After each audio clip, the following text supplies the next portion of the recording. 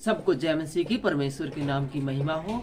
आज हम देखेंगे भजन संहिता 61 रक्षा के लिए प्रार्थना। और ये है प्रधान बजाने वाले के लिए तार वाले बाजे के साथ दाऊद का भजन। तो यहाँ पर रक्षा के लिए प्रार्थना की जा रही है, लेकिन ये प्रार्थना है वो किससे की जा रही है?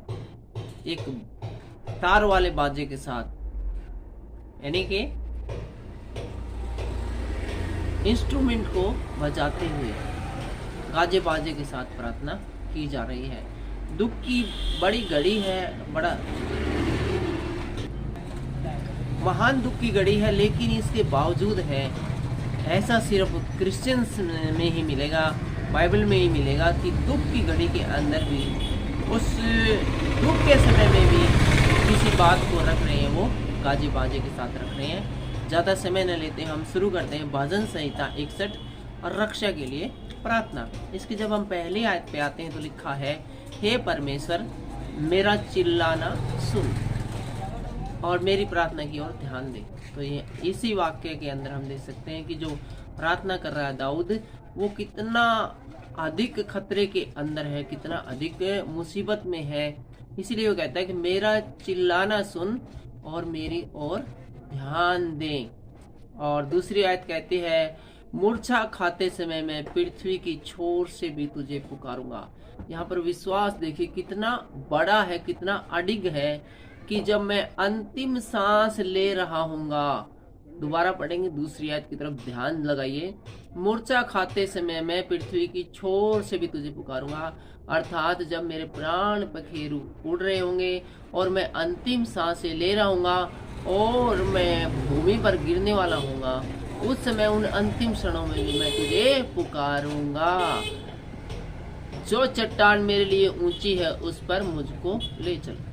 और आगे कहते हैं कि मैं बेहद ही नाजुक परिस्थितियों में हूँ, मेरी जान को बहुत ज़्यादा खतरा है, इसलिए तू मुझे ऐसी चट्टान के ऊपर ले जा, ऐसी सुरक्षित सेफ जगह पर ले जा जहाँ पर कि सबसे ऊंची चट्टान, मतलब बहुत ही सुरक्षित जगह पर ले चल। तीसरी आयत देखते हैं, क्योंकि तू मेरा शरण स्थल है। एक बात हमें बाइबल के अंदर भजन संहिता में बहुत ज्यादा पढ़ने को मिलेगी, तू मेरा शरण स्थान है, अर्थात मुझे सुरक्षा प्रदान करने की जगह है। और शत्रु से बचने के लिए ऊंचा गढ़ है, और शत्रु से बचने के लिए कोई जगह है तो वो परमेश्वर के पास है, वो ऊंचा गढ़ है, वो शरण स्थान है। और चौथी आयत में लिखा है, मैं तेरे तंबू में युगानुयुग बना रहूंगा। मैं तेरे तंबू में युगानुयुग बना रहूंगा, मतलब मैं तेरी ही प्रोटेक्शन में, तेरी ही पास, तेरी ही घर में सदा काल तक है वो बना रहूंगा। मुझे तेरे पास रहना बहुत अच्छा लगता है। मैं तेरे पंखों की ओट में शरण लिए रहूंगा, और जब जब भी मुझे जरूरत पड़ेगी सहायता के लिए, छिपने के लिए, तो परमेश्वर मैं तेरे ही पास आऊंगा और कहीं नहीं जाऊंगा। और पांचवी आयत कहती है, क्योंकि हे परमेश्वर तूने मेरी मन्नतें सुनी है।